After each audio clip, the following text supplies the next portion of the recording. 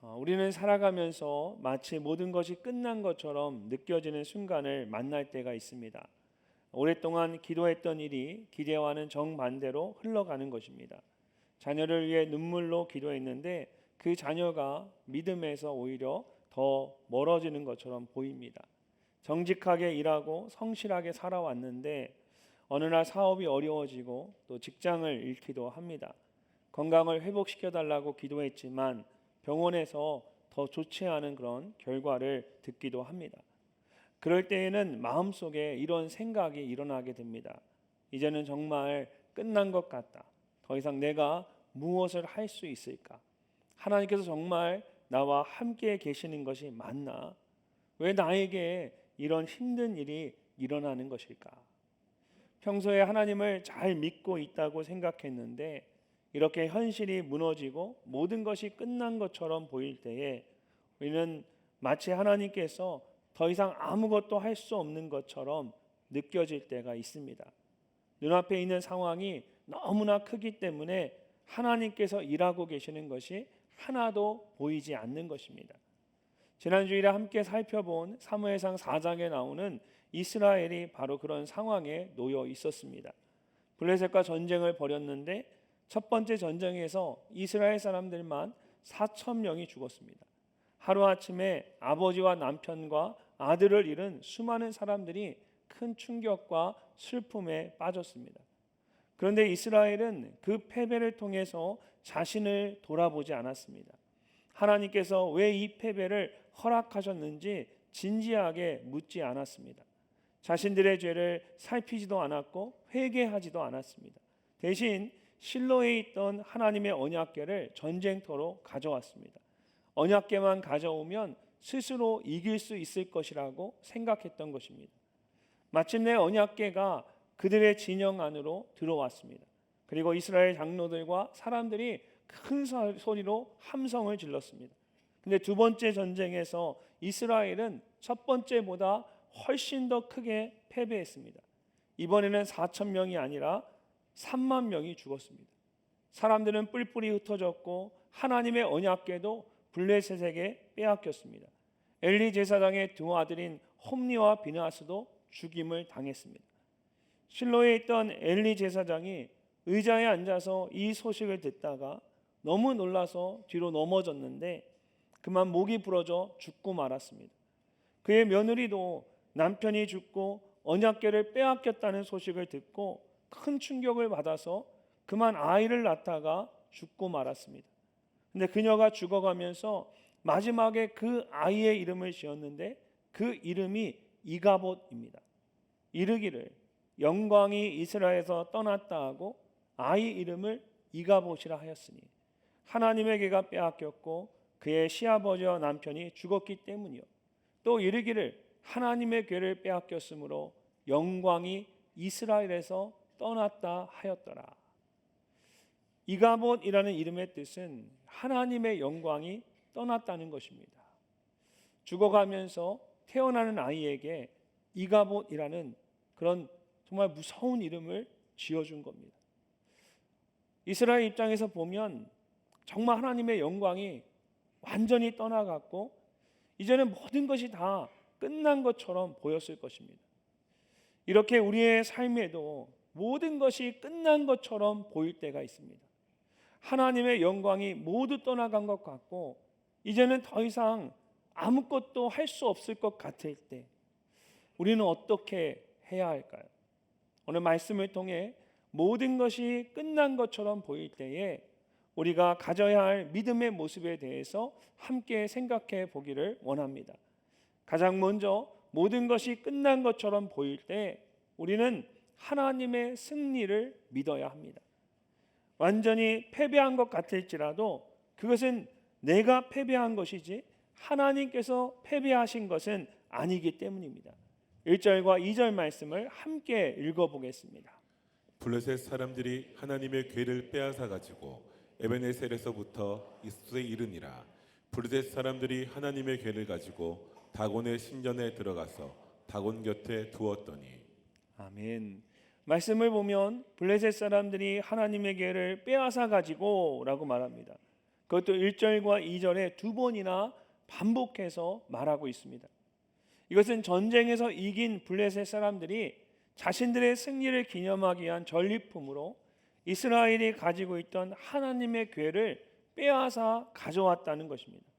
자신들이 두려워 떨던 하나님의 궤를 가져왔으니 얼마나 의기양양했겠습니까? 특별히 그들은 이스라엘의 진영인 에베네셀에 있던 하나님의 궤를 아스돗이라는 성읍으로 가져왔습니다. 그곳은 이 에베네셀에서 남서쪽으로 50km 이상 떨어져 있는 먼 곳이었습니다.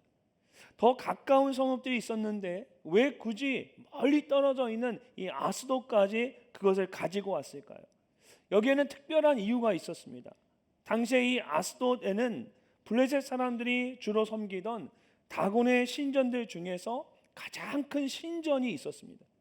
그곳에 이스라엘이 섬기던 하나님의 궤를 놓기 위해서 일부러 먼 곳까지 그것을 가지고 온 것입니다.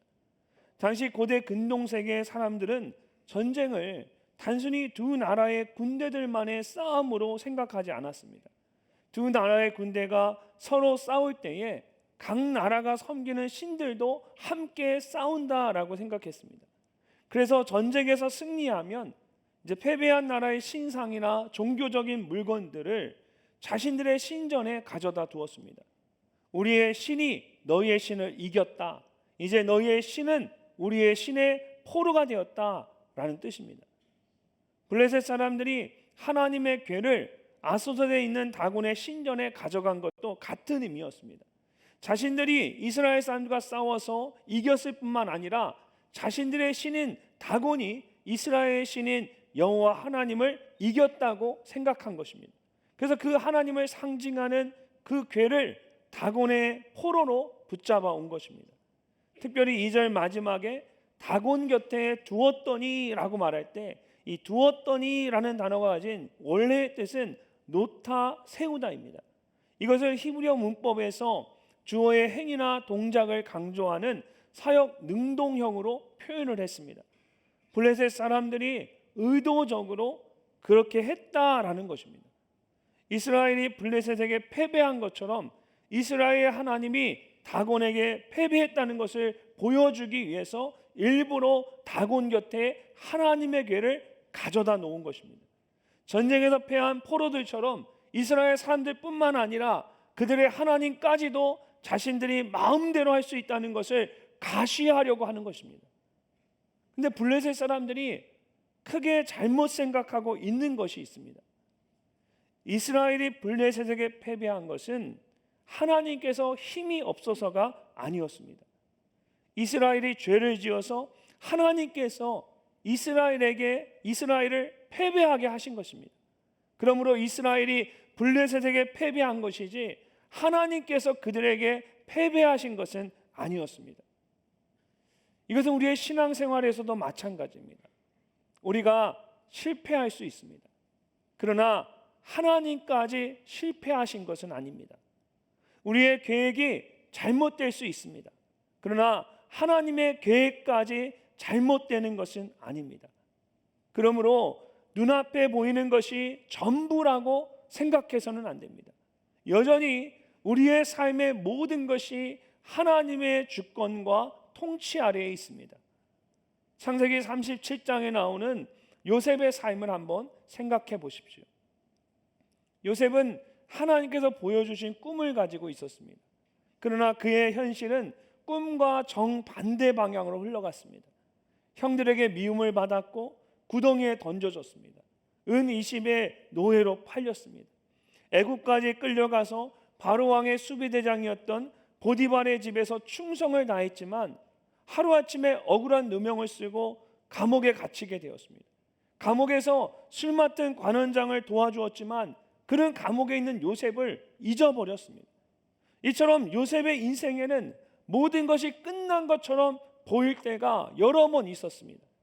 그러나 성경은 그때마다 똑같은 말씀을 반복합니다.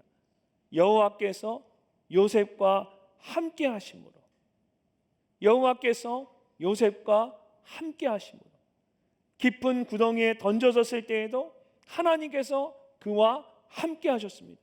보디발의 집에서 노예로 있을 때에도 하나님께서 그와 함께 하셨습니다. 깊은 지하 감옥에 갇혀 있을 때도 하나님께서 그와 함께 하셨습니다. 모든 것이 끝난 것처럼 보일 때에 매 순간마다 하나님이 그와 함께 하셨습니다. 이렇게 하나님께서 함께 하셨다는 것은 그때마다 요셉이 그 모든 어려움에서 바로 벗어났다는 뜻은 아닙니다. 오히려 그 어려움 속에서도 하나님께서 여전히 요셉의 삶을 붙들고 계셨고 하나님의 뜻과 계획대로 그의 삶을 이끌고 계셨다는 뜻입니다. 그래서 나중에 요셉이 자신을 팔았던 형들에 대해 이렇게 말합니다. 당신들은 나를 해하려 했으나 하나님은 그것을 선으로 바꾸사 오늘과 같이 많은 백성의 생명을 구원하게 하시려 하셨나니. 이것은 형들의 악한 행동이 선한 일이었다는 뜻이 아닙니다. 그렇다고 하나님께서 악한 일을 행하셨다는 뜻도 아닙니다. 이것은 사람이 악한 일로 행한 일까지도 하나님께서 선한 일로 바꾸셨다는 뜻입니다. 모든 것이 하나님의 주권과 통치 아래 있었던 것입니다. 사랑하는 성도 여러분, 우리의 삶도 마찬가지입니다. 여전히 하나님의 주권과 통치 아래에 있습니다. 그러므로 모든 것이 끝난 것처럼 보일지라도 쉽게 포기하지 마십시오. 계속해서 기도의 자리를 지키십시오. 말씀대로 순종하십시오. 하나님 앞에 정직하게 행하십시오. 모든 것이 끝난 것처럼 보일 때에도 하나님께서는 그 모든 것을 여전히 주관하고 통치하십니다. 결국은 하나님이 그 모든 것에서 승리하실 것입니다. 이것이 하나님의 승리를 믿는 믿음입니다. 그런 믿음이 여러분에게 있으시기를 주님의 이름으로 축복합니다. 두 번째로, 모든 것이 끝난 것처럼 보일 때 우리는 무너진 우상을 다시 세우지 말아야 합니다. 이어지는 말씀을 보면 하나님께서는 이스라엘은 패배했어도 자신은 패배하지 않으셨다는 것을 직접 보여주셨습니다. 자, 3절 말씀을 함께 읽어보겠습니다. 아스돗 사람들이 일튿날 일찍이 일어나 본즉 다곤이 여호와의 궤 앞에서 엎드러져 그 얼굴이 땅에 닿았는지라. 그들이 다곤을 일으켜 다시 그 자리에 세웠더니. 아멘. 블레셋 사람들이 하나님의 궤를 신전 안에 있는 다곤의 신상 옆에 두었습니다. 마치 전쟁에 진 포로나 전리품처럼 다곤의 신상 옆에 하나님의 궤를 가져다 놓은 것입니다. 근데 다음날 아침 다곤의 신전에 들어간 사람들은 전혀 예상하지 못했던 장면을 보게 됩니다. 다곤이 하나님의 궤 앞에 엎드러져 있는 것입니다. 그리고 그 얼굴이 땅에 닿아 있었습니다. 성경에서 이렇게 얼굴을 땅에 대고 엎드리는 것은 항복하는 것을 의미합니다. 또는 경외함을 가지고 그 앞에 무릎을 꿇는 것을 의미합니다. 블레셋 사람들은 자신들이 이스라엘을 굴복시킨 것처럼 자신들이 섬기는 신인 다곤이 이스라엘 하나님을 굴복시켰다고 생각했습니다. 그래서 하나님의 궤를 그 곁에 가져다 둔 것입니다. 근데 아침에 일어나서 보니까 그 위치가 서로 바뀌어 있었던 것입니다. 승리자라고 생각했던 다곤이 패배자처럼 하나님의 궤 앞에 엎드러져 있었습니다. 아스돗 사람들이 이튿날 일찍 일어나 본즉이라고 말할 때 이 본즉이라는 말이 바로 그런 그들의 충격과 놀라움을 그대로 표현한 것입니다. 히브리어는 behold, 보아라 라는 뜻입니다. 충격으로 인해서 주목하여 바라본 것입니다. 근데 더 충격적인 것이 있습니다. 이어지는 말씀을 보면 그들이 그 쓰러져 있는 다곤을 일으켜 다시 그 자리에 세웠더니 라고 말합니다. 블레셋 사람들이 쓰러져 있는 다곤 신상을 일으켜서 다시 원래의 자리에 세웠습니다. 그들을 지켜줘야 할 신을 그들이 일으켜 세워준 겁니다. 여러분, 이것이 우상의 본질입니다. 우상은 사람을 살리는 것처럼 보이지만 사실은 사람이 끝없이 떠받쳐 주어야만 하는 것입니다. 시간과 돈과 마음을 계속해서 쏟아 부어야 합니다. 우상이 사람을 섬기는 것이 아니라 사람이 우상을 섬기는 것입니다. 블레셋 사람들이 섬기던 다곤은 사람을 세우는 신이 아니었습니다. 사람들이 세워 주어야 하는 신이었습니다. 이렇게 사람이 세워 주어야 하는 신이 어떻게 사람을 구원할 수 있겠습니까? 이런 거짓된 우상이나 신은 결코 우리를 구원할 수가 없습니다. 그런데 블레셋 사람들은 이 일을 우연이라고 생각했던 겁니다. 밤에 우리가 모르는 어떤 일이 있었겠지. 다시 그냥 제대로 세워놓으면 괜찮을 거야. 그렇게 생각하고 다시 다곤을 일으켜 세웠습니다. 그러나 다음날 아침 하나님께서 더 이상 우연이라고 말할 수 없는 아주 충격적인 모습을 그들에게 보여주셨습니다. 그 이튿날 아침에 그들이 일찍 일어나 본즉 다곤이 여호와의 궤 앞에 또 다시 엎드러져 얼굴이 땅에 닿았고 그 머리와 두 손목은 끊어져 문지방에 있고 다곤의 몸뚱이만 남았더라. 다곤이 하나님의 궤 앞에 다시 엎드러져 있었습니다. 근데 이번에는 그냥 넘어지기만 한 것이 아니었습니다. 머리와 두 손목이 끊어져서 신전에 들어가는 그 문지방에 놓여 있었습니다. 끊어졌다라는 것은 단순히 넘어져서 부러진 것이 아니라는 뜻입니다. 하나님께서 다곤의 머리와 손을 자르신 것입니다. 당시 고대 근동 세계에서는 전쟁에서 패배한 적의 머리와 손을 잘라서 사람들로 하여금 누가 진정한 승리자인지를 알게 하는 일이 있었습니다. 실제로 사무엘상 17장을 보면 다윗이 골리앗과의 싸움에서 골리앗을 이긴 후에 그의 머리를 베었습니다. 다윗이 달려가서 블레셋 사람을 밟고 그의 칼을 그 칼집에서 빼내어 그 칼로 그를 죽이고 그의 머리를 베니 블레셋 사람들이 자기 용사의 죽음을 보고 도망하는지라. 골리앗의 머리가 끊어진 것을 보고 블레셋 사람들이 모두 다 도망쳤습니다. 누구를 정말 두려워해야 할지를 분명히 알게 된 것입니다. 근데 오늘 말씀 속에서는 이 블레셋 사람들이 전혀 뜻밖의 행동을 합니다. 자, 5절 말씀을 함께 읽어보겠습니다. 그러므로 다곤의 제사장들이나 다곤의 신전에 들어가는 자는 오늘까지 앗솥에 있는 다곤의 문지방을 밟지 아니하더라. 아멘. 다곤의 문지방을 밟지 아니하더라. 하나님께서 다곤의 머리와 두 손을 끊어서 문지방에 있게 하셔서 블레셋 사람들에게 그들이 정말 누구를 두려워하고 누구를 섬겨야 할지를 분명하게 보여주셨습니다. 그들이 섬기던 다곤은 아무것도 할 수 없는 거짓 신이었고 이스라엘 하나님만이 참 하나님이심을 직접 하나님이 보여주신 것입니다. 그런데 그들이 이 다곤을 버리지 않았습니다. 오히려 다곤의 머리와 두 손이 놓여져 있던 문지방을 밟지 않는 새로운 전통을 만듭니다. 정말 어리석고 기가 막힌 일입니다. 특별히 오늘까지라는 말은 그들의 마음이 얼마나 완고했는지를 보여줍니다. 하나님께서 직접 그들이 섬기던 다곤이 얼마나 거짓된 우상인지를 보여주셨음에도 불구하고 그들은 결코 그것을 버릴 마음이 없었던 겁니다. 사랑하는 성도 여러분, 이것이 사람의 어리석음이고 완고함입니다. 진실이 드러났다고 해서 사람이 그냥 저절로 변하는 것이 아닙니다. 우상이 무능하다는 사실을 경험했다고 해서 자동으로 그 우상을 버리는 것도 아닙니다.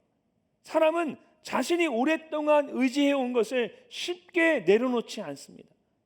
우리도 다곤의 신상 앞에 절하지는 않지만 우리의 마음속에 다른 우상을 세울 수가 있습니다.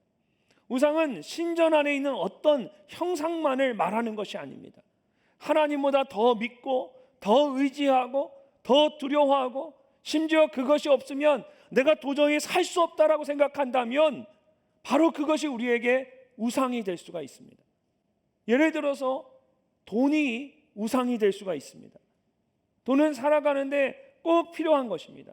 가족을 책임지고 어려운 사람을 돕기 위해서도 필요합니다.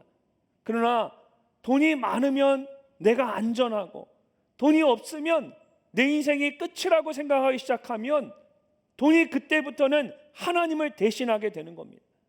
자녀도 우리에게 우상이 될 수가 있습니다. 부모라면 자녀를 사랑하고 잘 되기를 바라는 것이 당연합니다. 그러나 자녀의 그 성공이 곧 나의 가치가 되고 자녀가 원하는 길보다 나의 생각을 더 중요하게 여긴다면 자녀에 대한 우리의 사랑이 우상으로 바뀔 수가 있습니다. 사람들에게 인정받으려고 하는 우리의 마음도 잘못하면 우상이 될 수가 있습니다. 다른 사람에게 인정을 받으면 여러분 마음이 기쁘고, 또 비난을 받으면 마음이 아프고 힘듭니다. 근데 사람의 그 인정을 잃지 않기 위해서 내가 자꾸 거짓말을 하고 잘못을 인정하지 않으면 그것이 우리의 우상이 될 수가 있습니다. 이처럼 건강과 외모, 직장과 지위, 교회의 직분과 사역 등 하나님께서 맡기신 좋은 것이라도 하나님보다 더 중요하게 여기고 내 인생의 가장 높은 자리를 차지하고 있다면 그것이 나의 우상이 될 수가 있습니다. 때로는 하나님께서 그것을 너무나 잘 아시고 우리의 삶을 흔드실 때가 있습니다. 다곤의 신상을 넘어뜨리듯이 우리의 삶을 흔드시는 겁니다. 내가 붙잡고 있는 그 우상들을 넘어뜨리시고 내가 정말 무엇을 붙잡아야 할지를 가르쳐 주십니다. 그럴 때 블레셋 사람들처럼 그 넘어진 우상들을 다시 일으켜 세우려고 해서는 안 됩니다. 내게 있는 그 거짓 우상들을 버리고 하나님을 붙잡아야 합니다. 창세기 말씀을 보면 야곱이 하란 땅에 있다가 가족을 데리고 다시 가나안 땅으로 돌아오게 됩니다. 근데 하나님과 처음 만났던 그 베델로 올라가지 않고 세겜 땅에 장막을 치고 그곳에 정착을 합니다. 아마 야곱의 눈에 그 땅이 너무 좋아 보였을 것입니다. 근데 어느 날 하나밖에 없는 딸 디나가 그 땅의 사람들에게 부끄러운 일을 당하게 됩니다. 하나님께서 그의 삶을 흔드신 겁니다. 그리고 조용히 야곱에게 나타나서 말씀하십니다. 그냥 여기에 머물러 있지 말고 처음 나를 만났던, 나와 약속했던 그 베델로 올라가라는 겁니다. 거기서 제단을 쌓고 나를 예배하고 나와 함께 하자는 겁니다. 그때 야곱이 자기 집안 사람들에게 이렇게 말합니다. 너희 중에 있는 이방 신들을 버리고 자신을 정결하게 하고 너희들의 의복을 바꿔 입으라. 우리가 일어나 베델로 올라가자. 이방 신들을 버리고 정결하게 하고 의복을 갈아입으라고 말한 걸 보면 그들이 세겜 땅의 그 풍요로움에 마음을 빼앗겨서 그 땅의 우상들을 섬겼던 겁니다. 그런데 하나님께서 야곱의 그 삶을 흔드신 겁니다. 그리고 그것을 보여주셨습니다. 감사하게도 야곱은 하나님께서 그의 삶을 흔드실 때 하나님이 무너뜨리신 그것들을 그가 다시 일으켜 세우려고 하지 않았습니다. 대신 그와 그의 가족이 가지고 있던 모든 우상들을 땅 깊이 묻고 하나님 앞에 나아갔습니다. 사랑하는 성도 여러분, 우리도 하나님 앞에 그렇게 해야 합니다. 우리의 삶이 흔들릴 때, 돈이 우상이었다면 돈을 사랑하지 말아야지라고 생각하는 데서 끝나지 말고 더 이상 정직하지 않은 방법을 사용해서는 안 됩니다. 정직하지 않은 방법을 사용했다면 이제는 내려놓아야 합니다. 정직하게 하나님께 드리고 이웃과 나누며 돈이 나의 주인이 아니라는 것을 삶으로 고백해야 합니다. 다른 사람들에게 인정을 받으려고 하는 것도 마찬가지입니다. 만약 그것이 나에게 우상이라면 모든 사람에게 좋은 사람으로 보이려는 마음을 내려놓아야 합니다. 그리고 잘못했을 때에는 변명하지 말고 사과할 수 있어야 합니다. 사람의 칭찬보다 하나님 앞에 정직한 사람이 되려고 해야 합니다.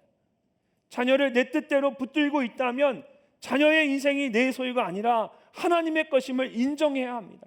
다른 사람과 비교하거나 내 뜻을 강요하는 것을 멈추고 자녀가 스스로 하나님의 뜻을 발견하고 그 뜻을 따라 살아갈 수 있도록 기도하며 도와주어야 합니다. 사랑하는 여러분, 하나님께서 때로는 여러분의 삶을 흔드실 때가 있습니다. 그렇게 하나님이 여러분의 인생 가운데 무너뜨리는 우상들이 있다면 그 우상들을 다시 스스로 세우려고 하지 마십시오. 아무것도 할 수 없는 우상들을 다시 붙들지 마십시오. 내가 일으켜 세워야 하는 그 우상은 결코 나를 일으켜 세울 수가 없습니다. 나를 일으켜 세우실 수 있는 분은 오직 하나님 한 분뿐이십니다. 하나님만을 굳게 붙잡는 여러분이 되시기를 주님의 이름으로 축복합니다. 마지막으로 모든 것이 끝난 것처럼 보일 때 우리는 하나님의 손을 피하지 말고 오히려 하나님께 돌아와야 합니다. 다곤이 2번이나 하나님의 궤 앞에 넘어졌을 때 블레셋 사람들은 사실 하나님 앞에 엎드려야 했습니다. 근데 그들은 엎드리는 대신에 하나님의 궤를 다른 곳으로 옮기려고 했습니다.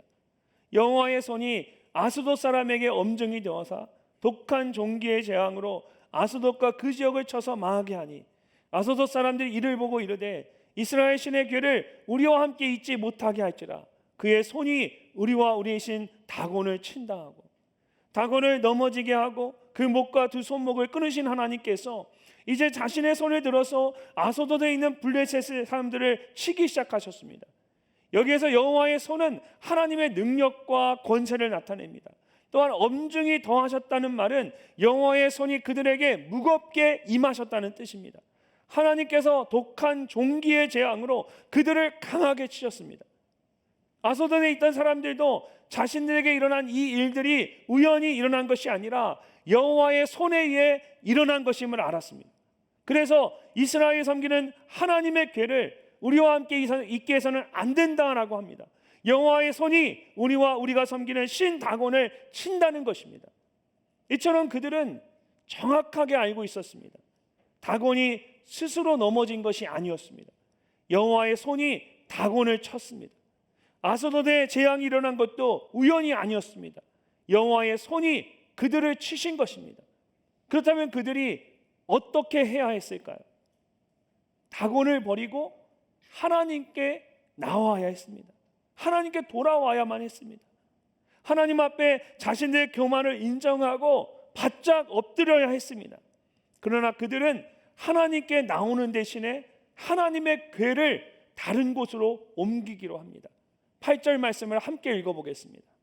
이에 사람을 보내어 블레셋 사람들의 모든 방백을 모으고 이르되 우리가 이스라엘 신의 궤를 어찌하랴 하니 그들이 대답하되 이스라엘 신의 궤를 가드로 옮겨가라 하므로 이스라엘 신의 궤를 옮겨갔더니. 아멘. 블레셋에는 당시에 5개의 큰 성읍이 있었습니다. 그리고 그곳을 다스리는 사람들을 방백이라고 했습니다. 그 방백들이 모두 모여서 어떻게 해야 할지 논의를 한 것입니다. 그리고 그들의 결론은 궤를 가드로 옮겨가라는 것이었습니다. 당시 고대 근동세계 사람들에게는 지역신이라는 사상이 있었습니다. 지역마다 그곳을 관장하는 신이 있고 그 신은 다른 지역까지는 영향력을 행사할 수 없다라는 것입니다. 이스라엘의 신인 하나님도 그런 지역신과 같을 것이다라고 생각했던 겁니다. 근데 하나님은 그들이 생각하는 것처럼 아소돗과 같은 한 지역만 다스리는 신이 아니셨습니다. 하나님의 궤를 가드로 옮기자 어떻게 되었습니까? 9절 말씀을 보십시오. 그것을 옮겨간 후에 여호와의 손이 심히 큰 환란을 그 성읍에 더하사 성읍 사람들의 작은 자와 큰 자를 다 쳐서 독한 종기가 나게 하신지라. 재앙이 멈춘 것이 아니었습니다. 오히려 심히 큰 환란이 일어났습니다. 작은 자와 큰 자를 다 쳐서라는 말은 성인 남자들뿐만 아니라 어린 아이들과 여자들까지 성읍에 있는 모든 사람들을 말하는 것입니다. 여호와의 손이 그들 모두를 치셨습니다. 그런데도 블레셋 사람들은 하나님 앞에 무릎을 꿇지 않았습니다. 하나님의 궤를 다시 다른 성읍으로 옮겼습니다. 블레셋에 있는 5 성읍들 중에 이스라엘과 가장 가까이에 있는 에그론이라는 곳이었습니다. 남쪽에서 북쪽으로, 북쪽에서 다시 동쪽으로 블레셋 지역을 한 바퀴 돌고는 끝에까지 다시 돌아온 겁니다. 근데 에그론에 있던 사람들이 그 소식을 듣고 부르짖기 시작했습니다. 하나님의 궤가 에그론에 이른즉 에그론 사람이 부르짖어 이르되 그들이 이스라엘 신의 궤를 우리에게로 가져다가 우리와 우리 백성을 죽이려 한다. 에그론 사람들도 이미 아스돈과 가드에서 있었던 일을 다 들었을 것입니다. 그들은 하나님의 궤가 들어오기도 전에 두려움에 사로잡혀 버렸습니다. 그래서 다시 블레셋 모든 방백들을 모아서 하나님의 궤를 원래 있던 곳으로 돌려보내자 요구합니다. 그리고 오늘 말씀은 이렇게 끝이 납니다. 성읍의 부르짖음이 하늘에 사무쳤더라. 처음에 블레셋 사람들은 승리의 기쁨으로 하나님의 궤를 가져왔습니다. 그들의 신인 다곤이 이스라엘 신인 하나님을 이겼다라고 자랑했습니다. 그러나 이제 그런 기쁨과 자랑은 모두 사라지고 두려움과 고통의 부르짖음만이 그들 가운데 가득하게 되었습니다. 여러분, 무엇이 문제였을까요? 무엇이 문제였을까요? 블레셋 사람들의 가장 큰 문제는 하나님의 능력을 몰랐다는 것이 아닙니다. 그들은 하나님의 손이 자신들과 다곤을 치고 있다는 것을 알았습니다. 하나님의 능력이 얼마나 무서운지를 직접 경험하고 있었습니다. 그런데 계속해서 피할 생각만 하는 겁니다. 피할 생각만 했지 하나님께 돌아갈 생각은 전혀 하지 않습니다. 그들은 하나님의 능력을 인정했지만 하나님을 예배하지는 않았습니다. 하나님의 손이 강하다는 것은 알았지만 그 손 아래에 자신을 낮추지는 않았습니다. 하나님을 진정으로 주인으로 모시기보다는 자신들의 땅에서 그냥 멀리 떠나 보내려고만 했습니다. 문제는 없애고 싶었지만 죄와 우상은 버리고 싶지 않았던 겁니다. 자기들의 삶은 포기하고 싶지 않았던 겁니다. 우리도 이와 비슷하게 살아갈 때가 있습니다. 모든 것이 끝난 것처럼 보여질 때, 여러분, 우리도 이 블레셋 사람들처럼 이런 모습을 보일 때가 있습니다. 자신의 태도는 돌아보지 않고 환경만 자꾸 바꾸려고 하는 것입니다. 관계의 문제가 계속해서 반복되는데 자신의 말과 행동은 살피지 않고 만나는 사람만 바꾸려고 합니다. 직장에서 갈등이 생길 때마다 모든 원인이 다른 사람에게만 있다고 생각하면서 그냥 직장만 옮기려고 합니다. 물론 실제로 환경을 바꾸거나 직장을 옮겨야 할 때도 있습니다. 그러나 어디를 가든 같은 문제나 갈등이 반복된다면 자기 자신을 먼저 돌아봐야 합니다. 내가 말을 함부로 하고 다른 사람의 말을 듣지 않으면서 다른 사람들만 문제라고 생각하고 있지는 않은지 살펴봐야 합니다. 수입이 늘어도 계속 빚에 시달린다면 수입의 문제만이 아니라 혹시 나의 소비 습관이 잘못되었거나 욕심이 지나친 것은 아닌지 돌아보아야 합니다. 가족이나 이웃 간의 갈등이 계속해서 반복된다면 그들이 나를 이해하지 못한다라고 말하기 전에 나의 말과 행동과 성품을 돌아보아야 합니다. 세상 사람들은 뭐 이렇게 힘들게 가만히 있었냐, 피하는 게 상책이야. 세상에 사람이 그 사람밖에 없어? 이렇게 이야기를 합니다. 그러나 계속해서 피해만 다니면 내게 있는 그 문제에서 절대 벗어날 수가 없습니다. 요나의 모습을 한번 여러분 생각해 보십시오. 하나님께서는 요나에게 니느웨로 가서 말씀을 전하라고 하셨습니다. 근데 요나는 하나님의 말씀에 순종하고 싶지 않았습니다. 그래서 니느웨와 정반대 방향인 다시스로 가는 배를 탔습니다.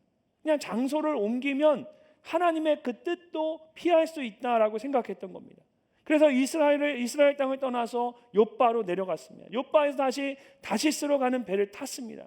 그리고 그 배 밑으로 내려가서 그가 잠을 잤습니다.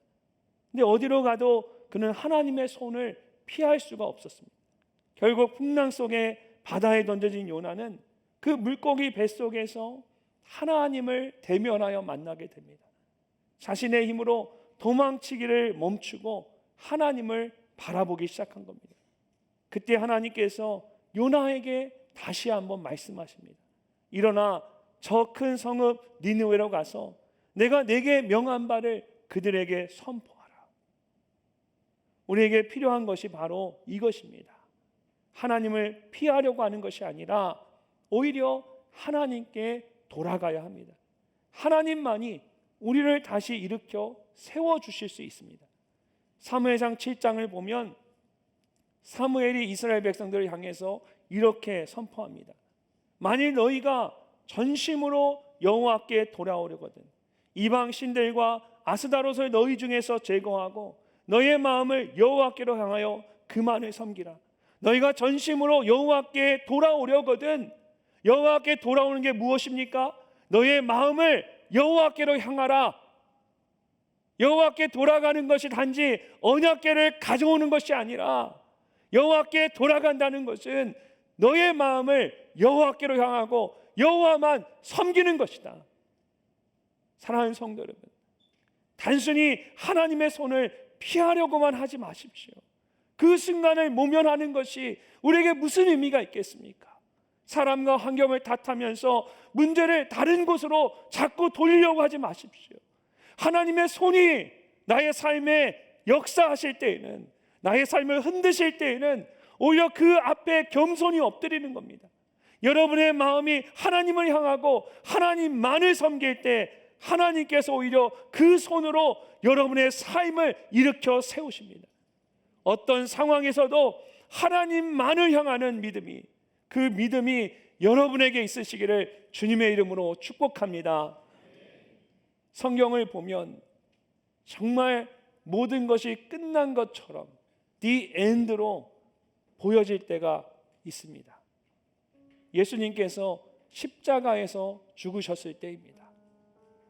무덤에 장사되셨고 큰 돌이 그 무덤의 입구를 막았습니다. 예수님을 따르던 제자들의 눈에는 정말 이제 모든 것이 다 끝났다라고 생각이 들었을 겁니다. 하나님의 영광이 떠났고 더 이상 아무것도 할 수 없다. 그런데 사흘째 되던 날 예수님께서 죽음에서 다시 살아나셨습니다. 죽음이 예수님을 이길 수 없고 무덤이 예수님을 가둘 수 없었습니다. 모든 것이 끝났다고 생각했던 그 순간에 하나님께서 그렇지 않다라는 것을 예수님을 통해서 보여주신 것입니다. 때로는 우리의 눈에도 그냥 모든 것이 끝난 것처럼 보일 수가 있습니다. 그러나 눈앞의 상황만으로 모든 것을 판단해서는 안 됩니다. 하나님께서는 여전히 그 모든 것을 다스리고 계십니다. 그러므로 하나님의 승리를 믿으십시오. 하나님께서 무너뜨리신 그 우상들을 다시 세우려고 하지 마십시오. 하나님을 피하려고 하지 말고 마음을 다해서 하나님을 바라보십시오. 하나님께서 반드시 여러분과 함께 하시고 여러분을 지켜주실 것입니다. 모든 것이 끝난 것처럼 보일 때에도 끝까지 하나님을 신뢰하고 하나님만 바라보며 나아가는 여러분이 되시기를 주님의 이름으로 축복합니다.